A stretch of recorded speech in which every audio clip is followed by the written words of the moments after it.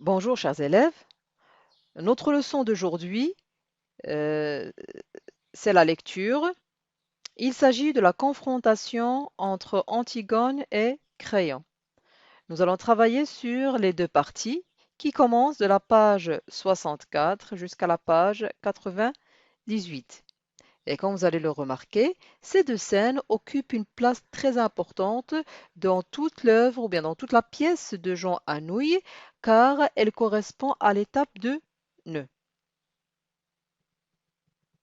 Après la lecture du texte, sa compréhension, nous allons passer à son identification en posant un nombre de questions auxquelles nous allons répondre et qui nous permettront de se situer et de connaître, d'avoir une énonciation, des informations énonciatives concernant la scène ou bien le texte.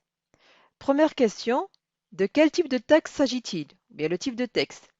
Il s'agit bien sûr d'un dialogue, euh, d'une réplique ou bien des répliques, un échange de paroles entre différents personnages. À quel genre de texte appartient cette scène? Elle appartient à la tragédie moderne, puisqu'elle est extraite d'une tragédie moderne. Où se passe la scène ou bien l'action? Elle se passe au palais royal dans la cité de Thèbes à la Grèce. Quand? C'est quel moment de la journée? Il s'agit de midi. C'est à midi que ça se provoque.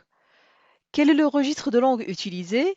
On remarque qu'il y a un registre courant. On utilise le registre courant. Et aussi, nous avons le familier ou bien l'argot qui est utilisé par les gardes. Le registre littéraire, ici, nous avons le registre polémique, puisqu'il y aura une polémique entre Antigone et Créon. Les deux personnages essayent d'avancer leur propre point de vue, leur argument, de défendre, et chacun, donc surtout Créon, était en train de convaincre Antigone pour renoncer à son idée, mais vers la fin, on aboutit à une opposition entre les deux personnages, on va dire un éloignement, une séparation entre les deux personnages. Donc nous sommes dans une polémique puisque nous ne sommes pas arrivés à un point de vue commun. Et qui parle à qui? Puisque nous avons un échange de paroles, vous allez voir et remarquer que le destinateur, c'est Créon, le destinataire, c'est Antigone. Et par la suite, lorsque Antigone prend la parole, elle sera la destinatrice et bien sûr, Créon, c'est le destinataire. Donc, qui parle à qui? C'est Créon qui parle à Antigone et Antigone qui parle à Créon. De quoi? Leur sujet de discussion, c'est tout simple, puisque on a surpris Antigone en train d'enterrer son frère, on l'avait condamné auprès du roi. Donc là, Créon essaye de la dissuader. Il essaie de lui faire changer son avis, son opinion et de renoncer à son projet d'enterrement. Chose qui sera bien sûr, on dirait, impossible. Situation de passage. La situation de passage, pour l'élaborer, on se pose un nombre de questions qui vont nous permettre d'aller par la suite vers les axes de lecture. Là, premier élément qu'on reconnaît, c'est un événement qui vient avant la scène, c'est l'arrestation de Antigone. Donc on va dire après l'arrestation de Antigone, qu'est-ce qu'on a ici? Nous avons la condamnation. On la condamne auprès du roi Créon. Celui-ci, ou bien ce dernier, qu'est-ce qu'il essaye de faire? Il essaye de la convaincre en décidant de la protéger. Donc il essaiera de faire de tout son possible pour sauver Antigone, pour la protéger. Ensuite, nous allons passer aux axes de lecture. Et le texte, ou bien les deux scènes, on les a répartis en deux axes qui sont majeurs. Donc le premier axe, c'est la stratégie argumentative de Créon. Une stratégie que Créon va adopter pour pouvoir convaincre et faire changer son avis à Antigone. Pour ce faire, on doit poser un nombre de questions auxquelles on va répondre.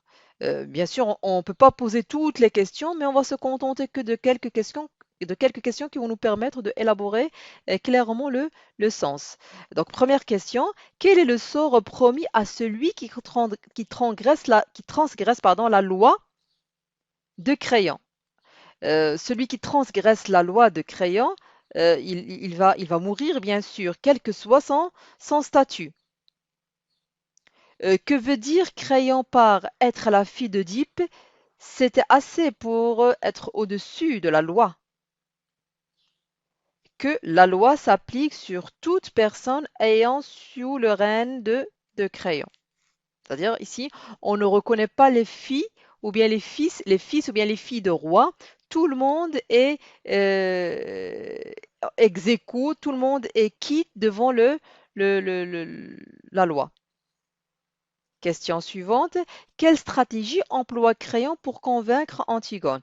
Là, on va remarquer une très bonne stratégie que va suivre Créon pour la convaincre. D'abord, il va employer un ton qui est autoritaire. Il va être dur avec Antigone, puis un ton modéré et par la suite un ton tendre et pathétique. Et là, vous allez voir que Crayon, ou bien vous allez remarquer que Crayon adopte une stratégie qui est persuasive, qui varie selon les réponses de Antigone.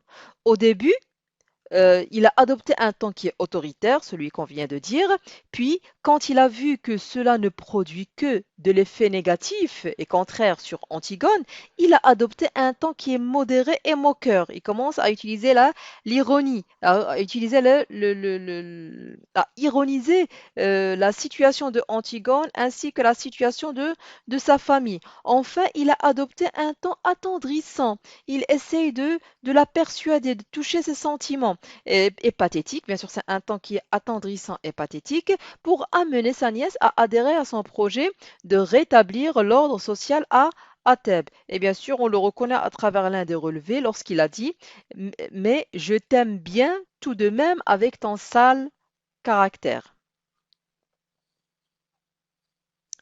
Et là, on peut aussi dire que Crayon change de tactique, comme vous le remarquez, il va changer de tactique dès qu'il s'est aperçu que Antigone ne fléchit pas, ne s'adhère pas à son argumentation, il s'attaque à ses convictions les plus profondes.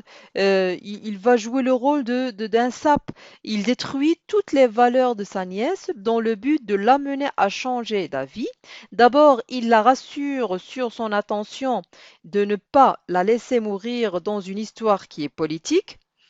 Ensuite, il lui explique qu'il a laissé le cadavre pourrir pour donner un exemple aux brutes qu'il gouverne.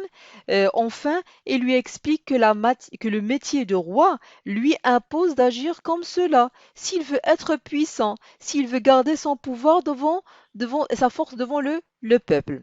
Là, nous avons élaboré une synthèse qui est partielle concernant le premier axe. À titre indicatif, je vous propose la synthèse suivante. Après plusieurs tentatives qui aboutissent par l'échec, bien sûr, le crayon a échoué à convaincre sa nièce. Crayon semble contradictoire. Et là, je souligne le mot contradictoire. Et la mise en scène qu'il avait produite se dévoile petit à petit devant l'obstination de Antigone. Lorsque Antigone refusait de s'adhérer à l'argumentation, de s'adhérer au projet de son oncle Crayon, donc cette situation-là, ce face-à-face, cet affrontement, qu'est-ce qu'il dévoile, qu'est-ce qu'il montre?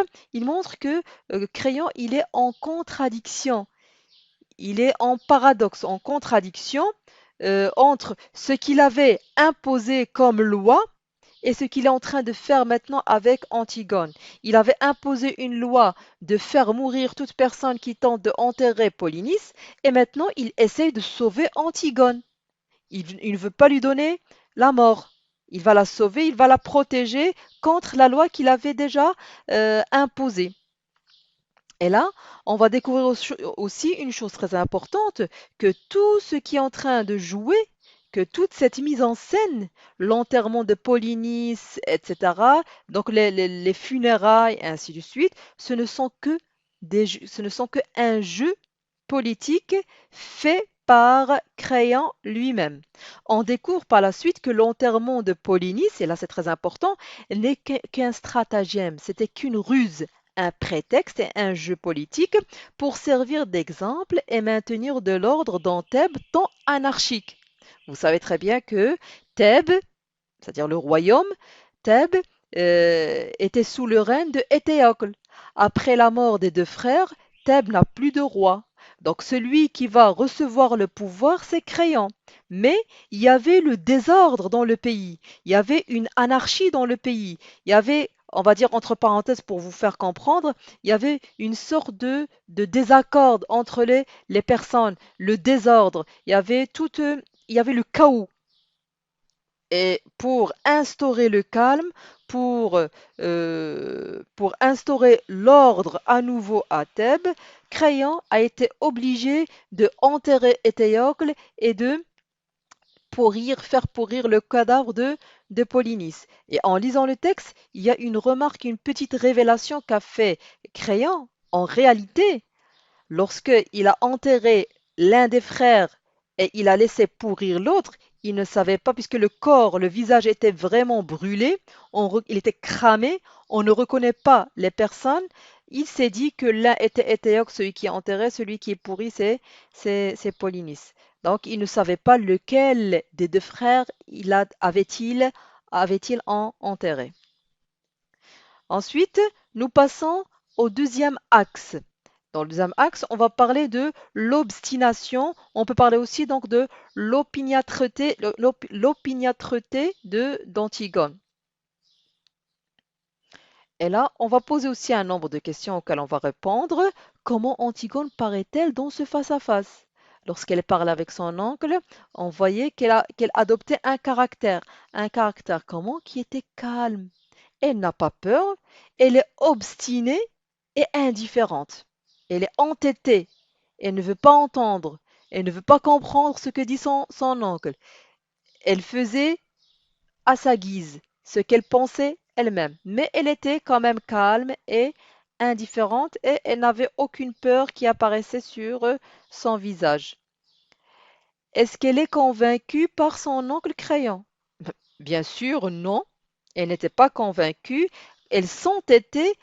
Au contraire, elle promet de recommencer son acte. Si on l'a libérée, elle va recommencer le même geste, le même acte. Que constitue l'enterrement pour Antigone? Là, on le savait déjà dès le début que l'enterrement pour Antigone, c'est un devoir. Elle le considère autant qu'un devoir familial, religieux. Et ce sont aussi les retrouvailles, c'est-à-dire les rencontres de la famille d'Oedipe. Que l'enterrement va permettre à la famille d'Oedipe de se rencontrer au paradis, au-delà. Est-ce qu'Antigone a peur de la mort? On savait très bien qu'Antigone, elle n'est pas peureuse, elle est courageuse, elle est entêtée, elle est forte, donc elle n'a pas peur de la mort. Elle est prête à mourir et elle était certaine qu'elle va mourir. Et là, elle l'avait dit dans l'une des répliques. Elle était certaine qu'elle va subir la mort en violant la loi. Donc, c'est-à-dire elle est prête à la mort, ou bien elle est prête à mourir. Que constitue cette scène et l'acte d'Antigone? Donc la scène, le face-à-face, l'affrontement entre Antigone et Créon avec l'enterrement constitue tout simplement le nœud. C'est le commencement du nœud. L'intrigue arrive à un point important. Et cela montre aussi que nous sommes sur le point de découvrir le dénouement, d'arriver vers la fin de la scène. Une synthèse partielle concernant l'axe 2, ou bien le deuxième axe, à titre indicatif, nous pouvons dire que bien que Crayon proclame que la loi est faite pour tous, c'est-à-dire pour tout le monde, la loi elle est appliquée sur toute personne, quel que soit son statut social. Mais là, qu'est-ce qu'on remarque? On remarque qu'il tente de sauver Antigone. Il ne veut pas appliquer la loi sur sa nièce. Celle-ci refuse et s'entête à vouloir enterrer son frère. Elle ne craint pas le châtiment de Crayon, elle n'a pas peur de son châtiment. Elle défend sa thèse et s'obstine aux objections de son oncle jusqu'au bout. Donc, elle est là et elle reste forte, elle reste attachée à son idée, elle ne veut pas renoncer à son projet et elle veut mourir, même si son sacrifice était pour une absurdité. Donc son geste était pour une absurdité, ce qu'a révélé bien sûr Crayon lorsqu'il lui a parlé, il lui a avoué la vérité de ses deux frères, que en réalité ce qu'elle est en train de faire n'est que un acte, un geste absurde et tout ce qu'ils ont fait c'était un jeu de politique. Donc d'ici jusqu'à la séance prochaine, je vous conseille de ne pas baisser les bras, de rester calme. Vous arriverez, bonne chance et à bientôt.